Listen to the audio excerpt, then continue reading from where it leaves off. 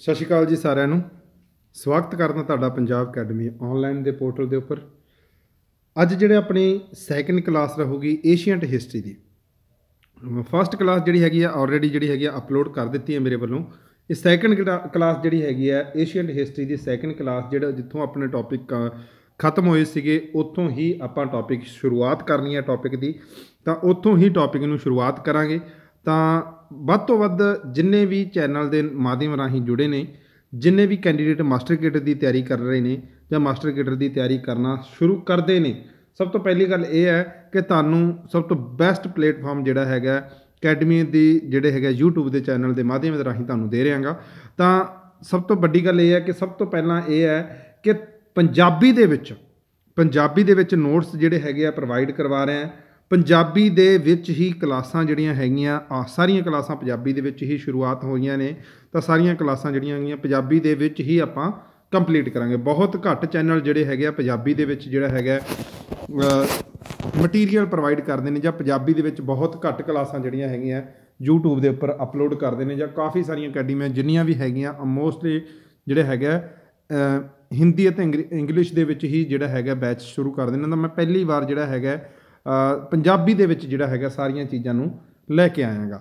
ਤਾਂ ਵੱਧਦੇ ਹਾਂ ਆਪਣੇ ਸੈਸ਼ਨ ਦੇ ਵੱਲ। ਆਪਣਾ ਜਿਹੜਾ ਪਹਿਲਾਂ ਜਿਹੜਾ ਸ਼ੁਰੂਆਤ ਕੀਤੀ ਸੀ ਆਪਾਂ ਥੋੜ੍ਹਾ ਜਿਹਾ ਪਹਿਲਾਂ ਉਹਦੇ ਬਾਰੇ ਝਾਤ ਮਾਰ ਲਈਏ। ਆਪਾਂ ਪਹਿਲਾਂ ਕੀ ਸ਼ੁਰੂਆਤ ਕੀਤੀ ਸੀ, ਕਿਹੜੀਆਂ ਕਿਹੜੀਆਂ ਚੀਜ਼ਾਂ ਆਪਾਂ ਡਿਸਕਸ ਕੀਤੀਆਂ ਸੀਗੀਆਂ। ਹਿਸਟਰੀ ਦਾ ਇਤਿਹਾਸ ਸੀਗਾ ਭਾਰਤ ਦਾ ਇਤਿਹਾਸ ਦੇਖਿਆ ਸੀ, ਇੱਕ ਵਰਲਡ ਹਿਸਟਰੀ ਸੀ। ਉਸ ਤੋਂ ਬਾਅਦ ਆਪਾਂ ਪ੍ਰਾਚੀਨ ਜਿਹੜਾ ਹੈਗਾ ਇਤਿਹਾਸ ਦੀ ਗੱਲ ਕੀਤੀ ਸੀ, ਮੱਧਕਾਲ ਇਤਿਹਾਸ ਦੀ ਗੱਲ ਕੀਤੀ ਸੀ। ਫਿਰ ਉਸ ਤੋਂ ਬਾਅਦ ਆਧੁਨਿਕ ਇਤਿਹਾਸ ਜਿਹੜਾ ਹੈਗਾ ਮਾਡਰਨ ਹਿਸਟਰੀ ਆਪਾਂ ਗੱਲ ਕੀਤੀ ਸੀ। ਤਾਂ ਇੱਦਾਂ ਹੀ ਸਟੈਪ ਬਾਈ ਸਟੈਪ ਆਪਾਂ ਵੱਧਦੇ ਜਾਂਦੇ ਸੀਗੇ। ਤਾਂ ਸਭ ਤੋਂ ਲਾਸਟ ਜਿਹੜਾ ਟੌਪਿਕ ਮੈਂ ਤੁਹਾਨੂੰ ਜ਼ਿਆਦਾ ਸਮਾਂ ਨਾ ਲੈਂਦਾ ਹੋਇਆ ਤੁਹਾਡੇ ਨਾਲ ਲਾਸਟ ਟੌਪਿਕ ਜੇ ਮੈਂ ਡਿਸਕਸ ਕਰਾਂ ਤਾਂ ਤੁਹਾਡਾ ਜਿਹੜਾ ਲਾਸਟ ਟੌਪਿਕ ਜਿਹੜੀ ਡਿਸਕਸ ਕੀਤਾ ਸੀ ਆਪਾਂ, ਤਾਂ ਉਹ ਸੀਗਾ ਜੀ ਤੁਹਾਡਾ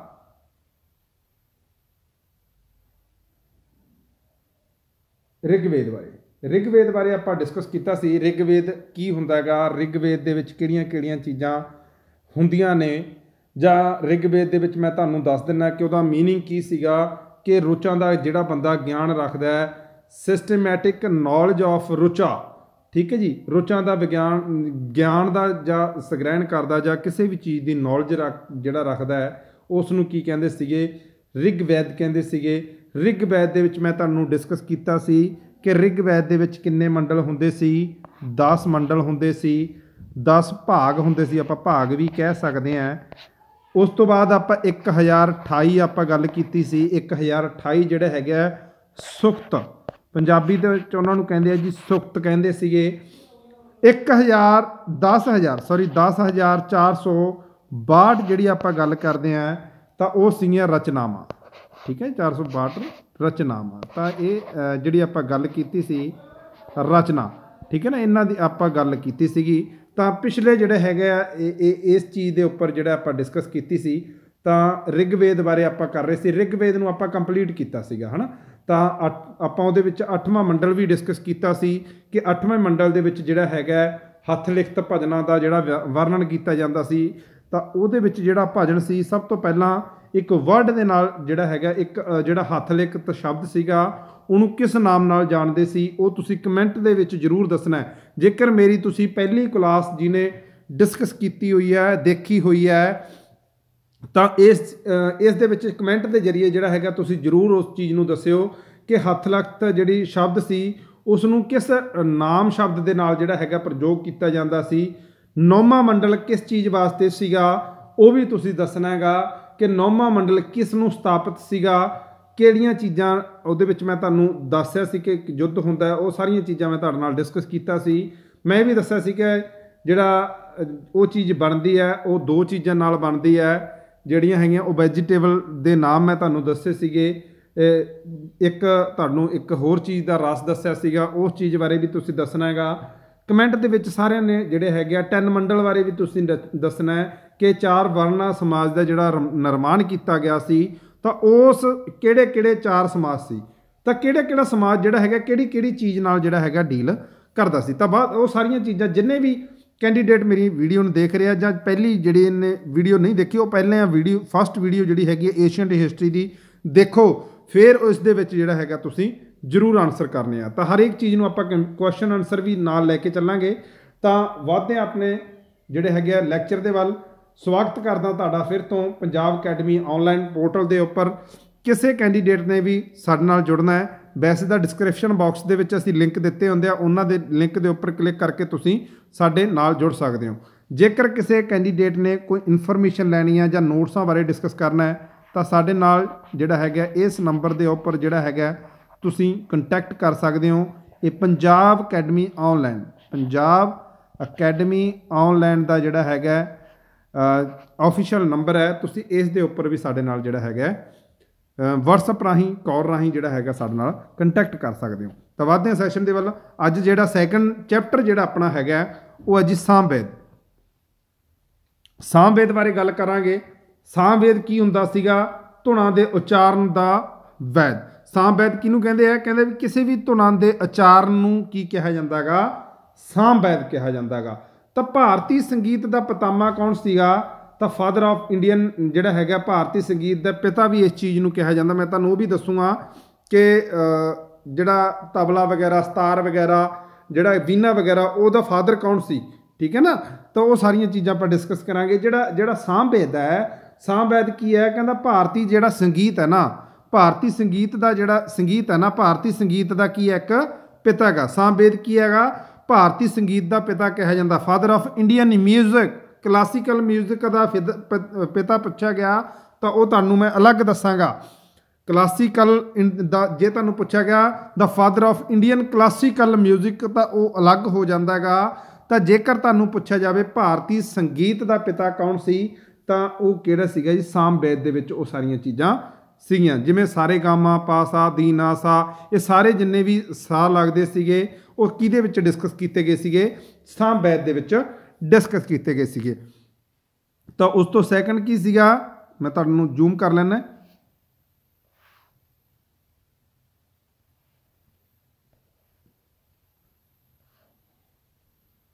हाँ जी, भारतीय संगीत का जिहड़ा इहनूं पिता कहा जाता। हुण जे आपां गल कीती जावे कि जेकर मैं तुहानूं पुछया जावे है ना, जे क्लासीकल म्यूजिक का जेकर तुहानूं पिता पुछया जावे तो कौन है? तो कौन है जी? अमीर खुसरो। अमीर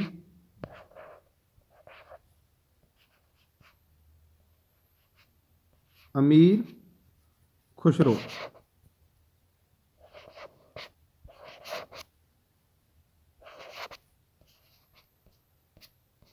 खुसरो कौन है? हो अमीर खुसरो। तो कौन है जी?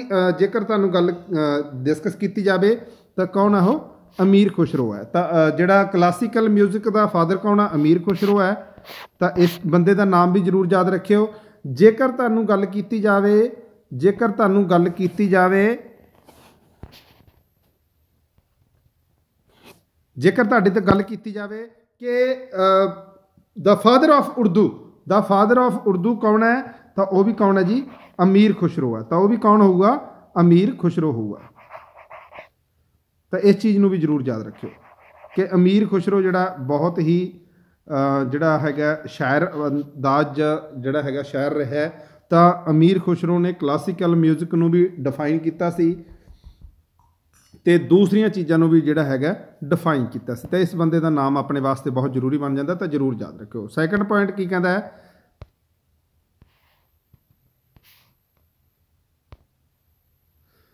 हाँ जी, पाठक रीडर कौन सीगा इस चीज़ का? कि किस बंदे द्वारा जिहड़ा हैगा इस नूं जिहड़ा हैगा डिफाइन बनाया गया सीगा सामवेद नूं? तो उसका नाम सीगा उदरात।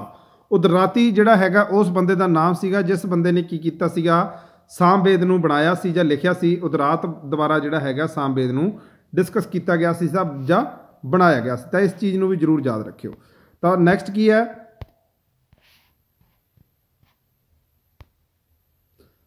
उस तो बाद आंदा जी अजुर्वेद। अजुर्वेद की सीगा? कि वैदां दीयां नीति जिहड़ा नियमां दा संकल्प सीगा। की सीगा? वैदिक नीति नूं जिहड़ा हैगा उन्हां दे नियमां नूं समझण दा की सीगा? संकल्प सीगा। ਕਿ ਹਰੇਕ ਵੈਦ ਦੇ ਰੂਲ ਜਿਹੜੇ ਰੈਗੂਲੇਸ਼ਨ ਸੀਗੇ ਉਹ ਵਜਰਵੈਦ ਦੇ ਵਿੱਚ ਲਿਖੇ ਹੋਏ ਸੀਗੇ। ਉਸ ਵੈਦ ਨੂੰ ਜਿਹੜਾ ਹੈਗਾ ਸਮਝਣਾ ਅਤੇ ਉਸ ਚੀਜ਼ਾਂ ਨੂੰ ਫੋਲੋ ਕਰਨਾ, ਇਸ ਚੀਜ਼ ਦਾ ਮਤਲਬ ਦੱਸਿਆ ਜਾਂਦਾ। ਇਹਦੇ ਪਾਠਕ ਕੌਣ ਸੀਗੇ? ਇਸ ਨੂੰ ਕਿਹਦੇ ਦੁਆਰਾ ਲਿਖਿਆ ਗਿਆ ਸੀਗਾ?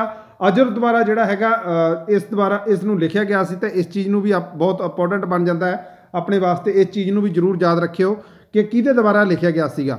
ਤਾਂ ਇਹਦੀ ਵਿਸ਼ੇਸ਼ਤਾ ਕੀ ਸੀਗੀ? ਵਿਸ਼ੇਸ਼ਤਾ ਕੀ ਸੀਗੀ ਕਿ ਜਿਹੜਾ ਵਾਰਤਕ ਅਤੇ ਕਵਿਤਾਵਾਂ ਦੋਹਾਂ ਦੇ ਵਿੱਚ ਜਿਹੜਾ ਹੈਗਾ ਇਸ ਨੂੰ ਵਰਤਿਆ ਜਾਂਦਾ ਸੀਗਾ। ਦੋਹਾ ਜਿਹੜੀਆਂ ਕਵਿਤਾਵਾਂ ਸੀਗੀਆਂ ਜਾਂ ਦੋਹੇ ਦੁਆਰਾ ਇਹਨਾਂ ਦੇ ਵਿੱਚ ਜਿਹੜੇ ਹੈਗੇ ਆ ਲਿਖੇ ਹੁੰਦੇ ਸੀ, ਉਹਨਾਂ ਨੂੰ ਜਿਹੜਾ ਹੈਗਾ ਉਚਾਰਨ ਕਰਨਾ ਜਿਹੜਾ ਇਸ ਚੀਜ਼ ਨੂੰ ਵੱਡਾ ਮੰਨਿਆ ਜਾਂਦਾ ਸੀਗਾ। ਤਾਂ ਇਸ ਚੀਜ਼ ਨੂੰ ਵੀ ਜ਼ਰੂਰ ਯਾਦ ਰੱਖਿਓ। ਤਾਂ ਇਹ ਇੰਪੋਰਟੈਂਟ ਬਣ ਸਕਦਾ ਹੈਗਾ। ਉਸ ਤੋਂ ਬਾਅਦ ਹੈ ਅਥਰਵੇਦ। ਅਥਰਵੇਦ ਕੀ ਹੁੰਦਾ ਸੀਗਾ? ਅਥਰਵੇਦ ਬਾਰੇ ਆਪਾਂ ਗੱਲ ਕਰ ਲੈਂਦੇ ਹਾਂ ਕਿ ਸਭ ਤੋਂ ਆਖਰੀ ਜਿਹੜਾ ਵੈਦ ਜਿਹੜਾ ਹੈਗਾ ਸੀਗਾ ਉਹਨੂੰ ਕੀ ਸੀਗਾ? ਅਥਰਵੇਦ। ਵੈਰੀ ਵੈਰੀ ਇੰਪੋਰਟੈਂਟ ਬਣਦਾ ਆਪਣੇ ਵਾਸਤੇ ਕਿ ਆਖਰੀ ਜਿਹੜਾ ਵੈਦ ਸੀ ਉਹ ਕਿਹੜਾ ਸੀਗਾ? ਅਥਰਵੈਦ ਸੀਗਾ। ਆਖਰੀ ਵੈਦ, ਸਭ ਤੋਂ ਲਾਸਟ ਵਾਲਾ ਵੈਦ ਜਿਹੜਾ ਮੰਨਿਆ ਜਾਣਾ ਹੈ ਉਹ ਕਿਹੜਾ ਸੀਗਾ? ਅਥਰਵੈਦ ਸੀ। ਇਸ ਚੀਜ਼ ਨੂੰ ਵੀ ਜ਼ਰੂਰ ਯਾਦ ਰੱਖਿਓ ਕਿਉਂਕਿ ਇੰਪੋਰਟੈਂਟ ਬਣੇਗਾ। ਕਿਉਂਕਿ ਪਹਿਲਾ ਵੈਦ ਕਿਹੜਾ ਸੀਗਾ ਤਾਂ ਤੁਸੀਂ ਦੱਸੋਗੇ ਰਿਗਵੈਦ। ਰਿਗਵੈਦ ਸੀਗਾ। ਜਿਹੜਾ ਪਹਿਲਾ ਵੈਦ ਸੀ ਉਹ ਕਿਹੜਾ ਸੀ? ਰਿਗਵੈਦ ਸੀ। ਤੇ ਲਾਸਟ ਵਾਲਾ ਵੈਦ ਕਿਹੜਾ ਸੀਗਾ? ਅਥਰਵੈਦ ਸੀਗਾ। ਤੇ ਕਿਉਂਕਿ ਇੰਪੋਰਟੈਂਟ ਬਣੇਗਾ, ਬਹੁਤ ਵਾਰ ਪੇਪਰ ਦੇ ਵਿੱਚ ਪੁੱਛਿਆ ਜਾਂਦਾ ਲਾਸਟ ਵਾਲਾ ਵੈਦ ਕਿਹੜਾ ਸੀ, ਤਾਂ ਆਪਾਂ ਕਨਫਿਊਜ਼ ਹੋ ਜਾਂਦੇ ਹਾਂ ਹਮੇਸ਼ਾ। ਆਥਰ ਕਿਹੜਾ? ਲੇਖਕ ਕਿਹੜਾ ਹੈਗਾ? ਅਰਥਵਾ ਰਿਸ਼ੀ। ਅਰਥਵਾ ਰਿਸ਼ੀ ਜਿਹੜਾ ਇਹਦਾ ਲੇਖਕ ਸੀਗਾ। ਅਥਰਵੈਦ ਨੂੰ ਅਰਥਵਾ ਰਿਸ਼ੀ ਦੁਆਰਾ ਜਿਹੜਾ ਹੈਗਾ ਲਿਖਿਆ ਗਿਆ ਸੀ। ਜਾਣਕਾਰੀ ਕਿਹੜੀਆਂ ਚੀਜ਼ਾਂ ਦੀ ਇਹਦੇ ਵਿੱਚੋਂ ਮਿਲਦੀ ਆ ਆਪਾਂ ਨੂੰ, ਤਾਂ ਉਹਦੇ ਬਾਰੇ ਵੀ ਡਿਸਕਸ ਕਰਾਂਗੇ। ਤਾਂ ਜਿਹੜਾ ਇਹਦਾ ਲੇਖਕ ਸੀਗਾ ਅਰਥਵਾ ਰਿਸ਼ੀ ਸੀਗਾ। ਜਾਣਕਾਰੀ ਕਿਹੜੀ ਜਿਹੜੀ ਹੈਗੀ ਹੈ ਇਹਦੇ ਵਿੱਚ ਆਉਂਦੀ ਹੈ? ਸਭ ਤੋਂ ਪਹਿਲਾਂ ਇਹ ਹੈ ਕਿ ਰੋਗਾਂ ਦੇ ਰੋਕਥਾਮ ਲਈ ਜਿਹੜਾ ਹੈਗਾ ਇਸ ਨੂੰ ਜਿਹੜਾ ਹੈਗਾ ਵਰਤਿਆ ਜਾਂਦਾ ਸੀਗਾ।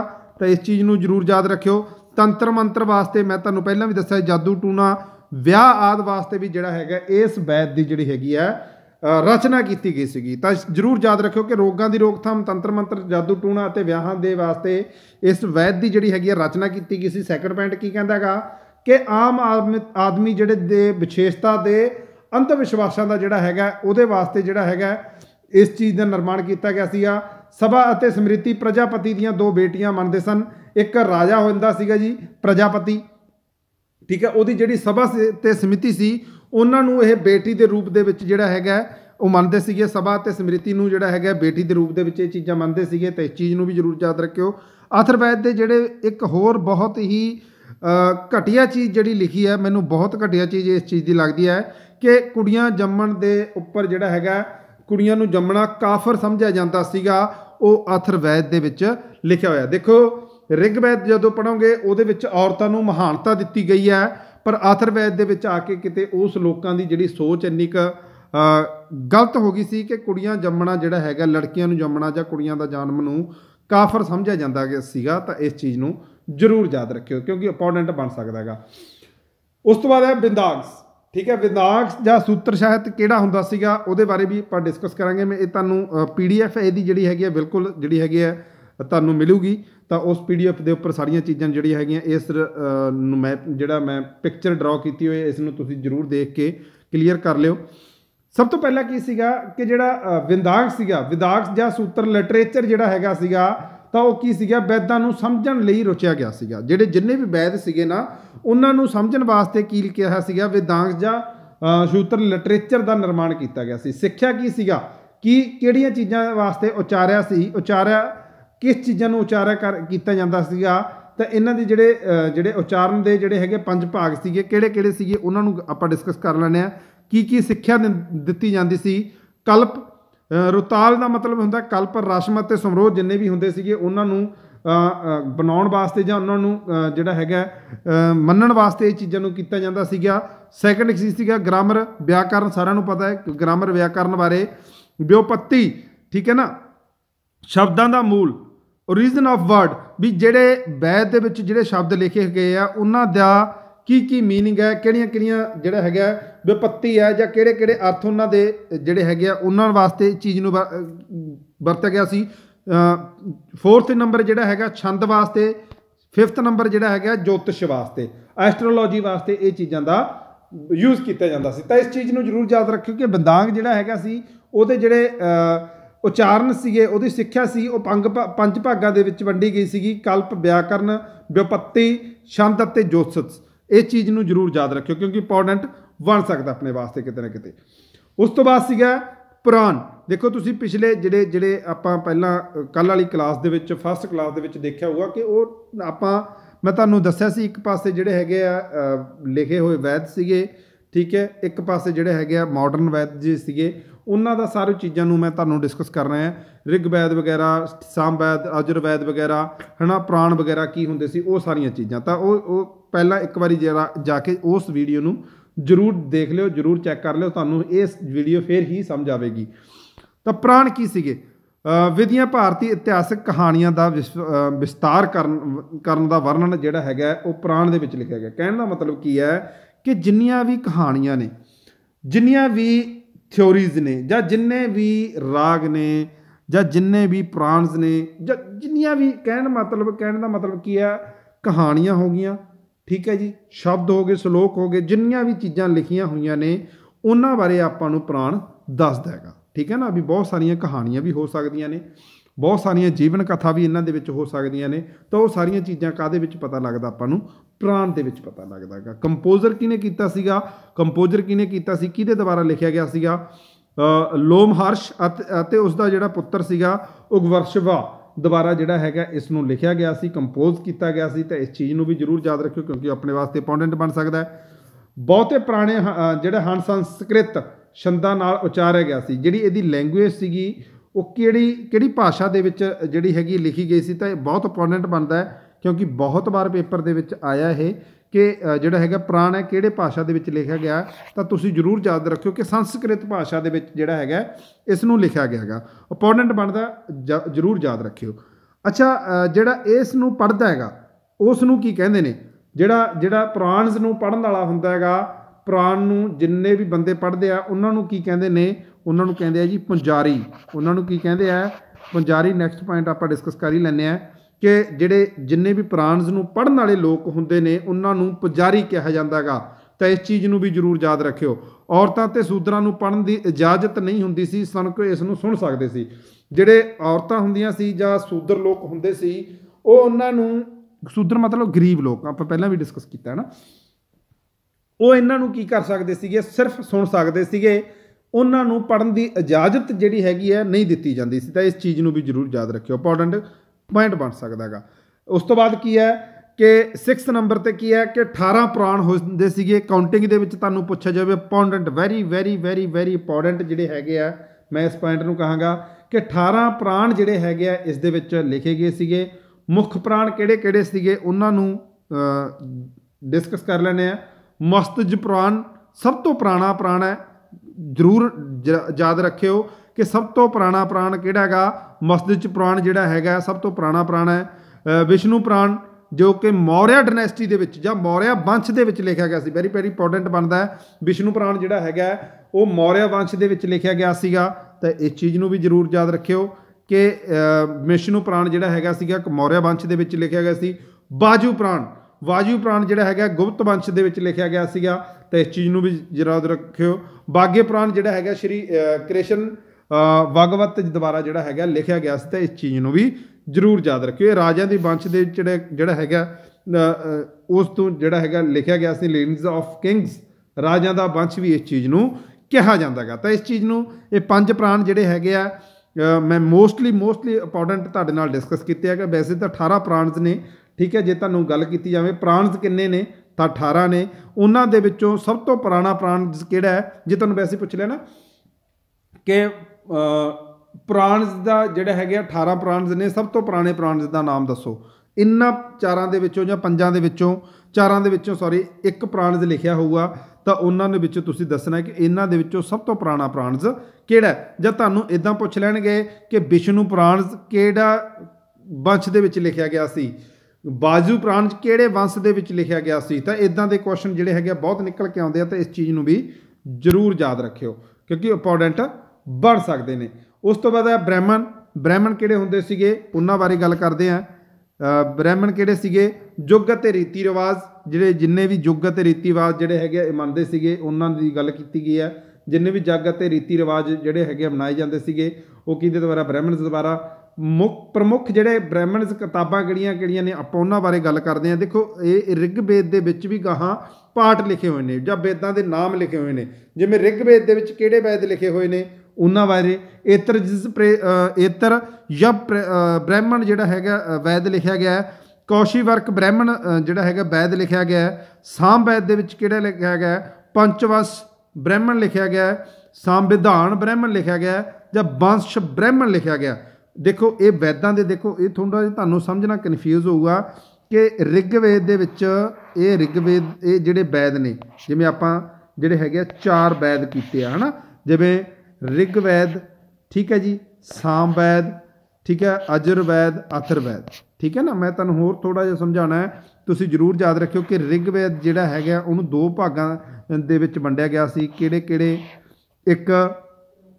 ਇੱਕ ਸੀਗਾ ਏਤਰਜ਼ ਬ੍ਰਾਹਮਣ, ਏਤਰਜ਼ ਬ੍ਰਾਹਮਣ। ਦੂਸਰਾ ਸੀਗਾ ਕੌਸ਼ੀਵਕ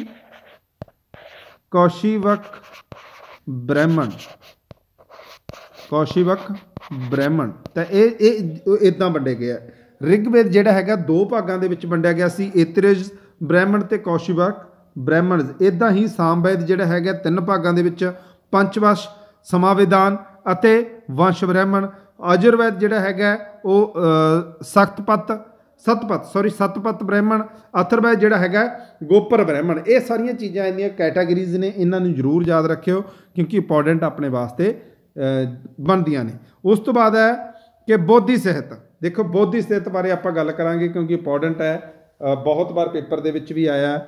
ਬੋਧੀ ਸਾਹਿਤ ਬਾਰੇ ਬਹੁਤ ਸਾਰੇ ਪੇਪਰ ਜਿਹੜੇ ਹੈਗੇ ਆ ਬਹੁਤ ਸਾਰੇ ਕੁਐਸਚਨ ਜਿਹੜੇ ਹੈਗੇ ਆ ਪੁੱਛੇ ਵੀ ਜਾਂਦੇ ਨੇ ਇਸ ਚੀਜ਼ ਦੇ ਬਾਰੇ ਕਿ ਬੁੱਧਿਸਟ ਲਿਟਰੇਚਰ ਬਾਰੇ ਆਪਾਂ ਗੱਲ ਕਰਾਂਗੇ, ਹੈ ਨਾ। ਬੁੱਧਿਸਟ ਲਿਟਰੇਚਰ ਕੀ ਹੁੰਦਾ ਹੈਗਾ, ਬੁੱਧਿਸਟ ਲਿਟਰੇਚਰ ਕਿਹੜਾ ਹੁੰਦਾ ਹੈਗਾ, ਕਿਵੇਂ ਹੁੰਦਾ ਹੈਗਾ, ਕੀ ਹੁੰਦਾ, ਇਹ ਸਾਰੀਆਂ ਚੀਜ਼ਾਂ ਕੱਲ੍ਹ ਨੂੰ ਆਪਾਂ ਡਿਸਕਸ ਕਰਾਂਗੇ। ਇੰਡਸ ਸਿਵਲਾਈਜੇਸ਼ਨ ਬਾਰੇ, ਇੰਡਸ ਸਿਵਲਾਈਜੇਸ਼ਨ, ਵੈਦਿਕ ਸਿਵਲਾਈਜੇਸ਼ਨ ਕੀ ਹੁੰਦਾ, ਇਹ ਸਾਰੀਆਂ ਚੀਜ਼ਾਂ ਬਾਰੇ ਆਪਾਂ ਡਿਸਕਸ ਕਰਾਂਗੇ ਕਿਉਂਕਿ ਇੰਪੋਰਟੈਂਟ ਉੱਥੋਂ ਹੀ ਸਟਾਰਟ ਹੁੰਦੀ ਹੈ ਇੰਡੀਅਨ ਏਸ਼ੀਅੰਟ ਹਿਸਟਰੀ। ਤਾਂ ਜ਼ਰੂਰ ਉਸ ਚੀਜ਼ ਨੂੰ ਕੱਲ੍ਹ ਨੂੰ 2 ਕਲਾਸਾਂ ਹੋਣਗੀਆਂ, ਇੱਕ ਜਿਹੜੇ ਹੈਗੇ ਮਾਡਰਨ ਹਿਸਟਰੀ ਦੀ, ਇੱਕ ਮੈਡੀਏਵਲ ਹਿਸਟਰੀ ਦੀਆਂ ਮੇਰੀਆਂ ਪਹਿਲੀਆਂ ਆਲਰੇਡੀ 5-7 ਕਲਾਸਾਂ ਜਿਹੜੀਆਂ ਹੈਗੀਆਂ ਅਪਲੋਡ ਹੋ ਚੁੱਕੀਆਂ ਨੇ। ਤਾਂ ਉਹ ਚੀਜ਼ ਨੂੰ ਜ਼ਰੂਰ ਯਾਦ ਰੱਖਿਓ। ਬੌਧੀ ਸਾਹਿਤ ਦੇ ਵਿੱਚ ਕੀ ਸੀਗਾ? ਜਾਤਕ, ਠੀਕ ਹੈ। ਬੌਧੀ ਕਿਹਨੂੰ ਕਹਿੰਦੇ ਸੀਗੇ? ਬੁੱਧ ਦੇ ਜਨਮ ਤੋਂ ਪਹਿਲਾਂ ਦੀਆਂ ਕਹਾਣੀਆਂ, ਠੀਕ ਹੈ ਨਾ, ਬੁੱਧਿਸਟ ਲਿਟਰੇਚਰ ਕਹਿੰਦਾ ਸੀ। ਬੌਧੀ ਸਾਹਿਤ ਕਿਹਨੂੰ ਕਿਹਾ ਜਾਂਦਾ ਹੈ? ਕਹਿੰਦਾ ਵੀ ਜਿੰਨਾ ਵੀ ਜਿਹੜਾ ਬੁੱਧ ਦੇ ਜਨਮ ਤੋਂ ਪਹਿਲਾਂ ਜਿੰਨੀਆਂ ਵੀ ਕਹਾਣੀਆਂ ਨੇ ਉਹਨੂੰ ਬੌਧੀ ਸਾਹਿਤ ਕਿਹਾ ਜਾਂਦਾ ਹੈਗਾ ਜਾਂ ਜਾਤਕ ਕਿਹਾ ਜਾਂਦਾ ਹੈਗਾ, ਠੀਕ ਹੈ ਨਾ। ਇਹ ਕੀ ਸੀਗਾ? ਇਹ ਤ੍ਰਿਪਿਟਕਾ ਸੀਗਾ। ਤ੍ਰਿਪਿਟਕਾ ਕਿਹੜੇ ਸੀ? ਦੇਖੋ ਮੈਂ ਇੱਧਰ ਡਰਾ ਵੀ ਕੀਤੀ ਹੋਈ ਹੈ ਪਿਕਚਰ ਕਿ ਇਹ ਵਾਲੇ ਕੀ ਸੀਗਾ? ਤ੍ਰਿਪਿਟਕਾ ਸੀਗਾ, ਠੀਕ ਹੈ ਜੀ। ਤ੍ਰਿਪਿਟਕਾ ਕਿਹੜੇ ਨੇ ਆਪਾਂ ਉਹਨਾਂ ਨੂੰ ਵੀ ਡਿਸਕਸ ਕਰਾਂਗੇ। ਕਿਹੜੇ ਨੇ ਤ੍ਰਿਪਿਟਕਾ, ਕਿਹੜੇ ਨੇ? ਸਭ ਤੋਂ ਪਹਿਲਾ ਪਟੀਕਾ ਜਿਹੜਾ ਹੈਗਾ ਸੀਗਾ ਵਿਨੈ ਪਟੀਕਾ ਸੀ, ਠੀਕ ਹੈ। ਆ ਦੇਖੋ ਵਿਨੈ ਪਟੀਕਾ ਇੱਥੇ ਪਿਆ ਜੀ, ਆ ਵਿਨੈ ਪਟੀਕਾ ਹੈ। ਫਿਰ ਸੁਤਾ ਪਟੀਕਾ ਸੀ, ਠੀਕ ਹੈ, ਇਹ ਸੁਤਾ ਪਟੀਕਾ ਹੈ। ਅਭਿਦੰਮਾ ਪਟੀਕਾ, ਠੀਕ ਹੈ ਨਾ। 3 ਪਟੀਕੇ ਹੋਏ ਆ, ਜ਼ਰੂਰ ਯਾਦ ਰੱਖਿਓ। ਤ੍ਰਿਪਿਟਕਾ ਦੇ ਵਿੱਚ ਕਿੰਨੇ ਪਟੀਕੇ ਨੇ? ਤਾਂ 3 ਪਟੀਕੇ ਨੇ। ਕਿਹੜਾ? ਵਿਨੈ ਪਟੀਕਾ, ਸੁਤਾ ਪਟੀਕਾ, ਅਭਿਦੰਮਾ ਪਟੀਕਾ, ਠੀਕ ਹੈ। ਇਹਨਾਂ ਨੂੰ ਕਿਹੜੀ ਭਾਸ਼ਾ, ਦੇਖੋ ਵੈਰੀ ਇੰਪੋਰਟੈਂਟ ਬਣਦਾ ਇੱਥੋਂ ਕੁਐਸਚਨ ਕਿ ਇਹਨਾਂ ਸਾਰਿਆਂ ਨੂੰ ਕਿਹੜੀ ਭਾਸ਼ਾ ਦੇ ਵਿੱਚ ਲਿਖਿਆ ਗਿਆ ਸੀ? ਤਾਂ ਉਹਨਾਂ ਨੂੰ ਪਾਲੀ ਭਾਸ਼ਾ ਦੇ ਵਿੱਚ ਲਿਖਿਆ ਗਿਆ ਸੀ। 3 ਪਟੀਕੇ ਹੋਏ ਆ ਬੌਧੀ ਸਾਹਿਤ ਦੇ, 3 ਪਟੀਕੇ ਹੋਏ ਆ ਵਿਨੈ ਪਟੀਕਾ, ਸੁਤਾ ਪਟੀਕਾ, ਅਭਿਦੰਮਾ ਪਟੀਕਾ। ਇਹਨਾਂ ਤਿੰਨਾਂ ਨੂੰ ਕਿਹੜੀ ਭਾਸ਼ਾ ਦੇ ਵਿੱਚ ਲਿਖਿਆ ਗਿਆ ਸੀ? ਤਾਂ ਪਾਲੀ ਭਾਸ਼ਾ ਦੇ ਵਿੱਚ ਲਿਖਿਆ ਗਿਆ ਸੀ। ਤਾਂ ਜ਼ਰੂਰ ਯਾਦ ਰੱਖਿਓ, ਇੰਪੋਰਟੈਂਟ ਬਣ ਸਕਦਾ ਹੈਗਾ। ਉਸ ਤੋਂ ਬਾਅਦ ਕੀ ਹੈ? ਜਿਹੜਾ ਹੈਜਾਨ ਦੀ ਮੁੱਖ ਕਿਤਾਬ ਕਿਹੜੀ ਹੈ? ਇੱਕ ਬੰਦਾ ਸੀ ਹੈਜਾਨ, ਉਹਦੀ ਮੁੱਖ ਕਿਤਾਬ ਸੀ ਜਿਹੜੀ ਹੈਗੀ ਹੈਜਾਨ ਦੀ ਮੁੱਖ ਕਿਤਾਬ ਦਾ ਮੈਨ ਆਫ ਬੁੱਕ ਆਫ ਦੀ ਹਿਆਨ, ਠੀਕ ਹੈ। ਇਹ ਜਿਹੜਾ ਬੰਦਾ ਸੀ, ਇਹਨੇ ਬੰਦੇ ਨੇ ਮਹਾਤਮਾ ਬੁੱਧ ਦੇ ਜੀਵਨ ਪਾਤਰ ਬਾਰੇ ਲਿਖਿਆ ਸੀ। ਦਾ ਲਿਟਰੇਚਰ ਜਿਹੜਾ ਲਿਖਿਆ ਸੀਗਾ ਲਾਈਫ ਕਰੈਕਟਰਿਸਟਿਕਸ ਆਫ ਮਹਾਤਮਾ ਬੁੱਧ।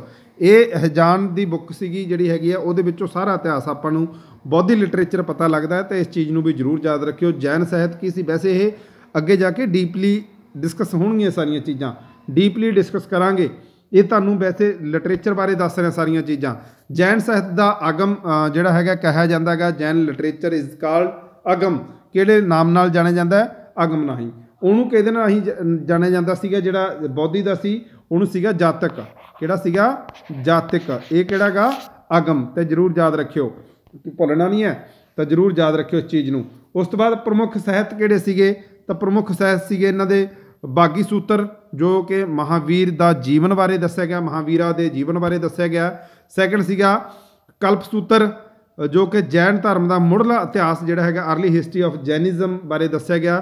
ਤਾਂ ਵੈਰੀ ਵੈਰੀ ਇੰਪੋਰਟੈਂਟ ਜਿਹੜਾ ਇੱਥੇ ਕੁਐਸਚਨ ਇਹਨਾਂ ਨੇ ਪੁੱਛਿਆ ਜਾਂਦਾ ਹੈ ਕਿ ਉਸ ਦੇ ਕਿੰਨੇ ਅੰਗ ਸੀ, ਉਸ ਦੇ ਕਿੰਨੇ ਅੰਗ ਸੀ, 12 ਅੰਗ ਸੀਗੇ। ਤਾਂ ਕਿੰਨੇ ਅੰਗ ਸੀਗੇ ਉਸ ਦੇ, 12 ਅੰਗ ਸੀਗੇ। ਤਾਂ ਇਸ ਚੀਜ਼ ਨੂੰ ਜ਼ਰੂਰ ਯਾਦ ਰੱਖਿਓ ਜੀ, ਬਹੁਤ ਇੰਪੋਰਟੈਂਟ ਇੱਥੇ ਕੁਐਸਚਨ ਬਣਦਾ ਹੈਗਾ। ਤਾਂ ਅੱਜ ਦੀ ਕਲਾਸ ਜਿਹੜੀ ਹੈਗੀ ਹੈ ਇੰਨੀ ਰਹਿਣੀ ਸੀਗੀ। ਤਾਂ ਸਭ ਤੋਂ ਵੱਧ ਮੈਂ ਤੁਹਾਨੂੰ ਇਹੀ ਗੱਲ ਕਹਿਣਾ ਕਿ ਜਿੰਨੇ ਵੀ ਕੈਂਡੀਡੇਟ ਵੀਡੀਓ ਦੇਖ ਰਹੇ ਆ, ਜੇਕਰ ਵੀਡੀਓ ਤੁਹਾਨੂੰ ਵਧੀਆ ਲੱਗਦੀ ਹੈ ਤਾਂ ਵੀਡੀਓ ਨੂੰ ਵੱਧ ਤੋਂ ਵੱਧ ਸ਼ੇਅਰ ਕਰੋ, ਵੱਧ ਤੋਂ ਵੱਧ ਚੈਨਲ ਨੂੰ ਸਬਸਕ੍ਰਾਈਬ ਕਰੋ, ਤੇ ਵੱਧ ਤੋਂ ਵੱਧ ਆਪਣੇ ਸੁਝਾਅ ਜ਼ਰੂਰ ਦਿਓ ਜੇਕਰ ਤੁਹਾਨੂੰ ਵੀਡੀਓ ਵਧੀਆ ਲੱਗੀ ਤਾਂ ਵੀ। ਜੇਕਰ ਤੁਹਾਨੂੰ ਨਹੀਂ ਚੰਗੀ ਲੱਗੀ ਜਾਂ ਕੰਟੈਂਟ ਤੁਹਾਨੂੰ ਹੋਰ ਚਾਹੀਦਾ ਹੈ ਤਾਂ ਉਸ ਚੀਜ਼ ਦੇ ਵਿੱਚ ਜਿਹੜੀ ਹੈਗੀ ਆ ਤੁਸੀਂ ਸਾਨੂੰ ਆਪਣੇ ਸੁਝਾਅ ਕਮੈਂਟ ਬਾਕਸ ਦੇ ਰਾਹੀਂ ਵੀ ਦੇ ਸਕਦੇ ਹੋ।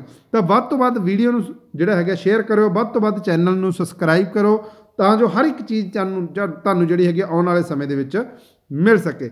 ਬਹੁਤ ਬਹੁਤ ਧੰਨਵਾਦ ਤੁਹਾਡਾ ਵੀਡੀਓ ਦੇਖਣ ਲਈ। ਇੱਕ ਤੁਹਾਨੂੰ ਮੈਸੇਜ ਹੋਰ ਦੇ ਦਾਂ ਕਿ ਤੁਹਾਨੂੰ ਜੇਕਰ ਤੁਸੀਂ ਸਾਡੇ ਨਾਲ ਜੁੜਨਾ ਚਾਹੁੰਦੇ ਹੋ ਤਾਂ 9464395331 ਦੇ ਉੱਪਰ ਸਾਡੇ ਨਾਲ ਜਿਹੜਾ ਹੈਗਾ ਜੁੜ ਸਕਦੇ ਹੋ। ਪੰਜਾਬ ਅਕੈਡਮੀ ਆਨਲਾਈਨ ਦਾ ਜਿਹੜਾ ਹੈਗਾ ਆਫੀਸ਼ੀਅਲ ਜਿਹੜਾ ਹੈਗਾ ਨੰਬਰ ਹੈ, ਤੁਸੀਂ ਇਸ ਦੇ ਨਾਲ ਜੁੜ ਕੇ ਜਿਹੜਾ ਹੈਗਾ ਸਾਡੇ ਨਾਲ ਕੰਟੈਕਟ ਕਰ ਸਕਦੇ ਹੋ। ਬਹੁਤ ਬਹੁਤ ਧੰਨਵਾਦ ਤੁਹਾਡਾ ਵੀਡੀਓ ਦੇਖਣ ਲਈ। Thank you.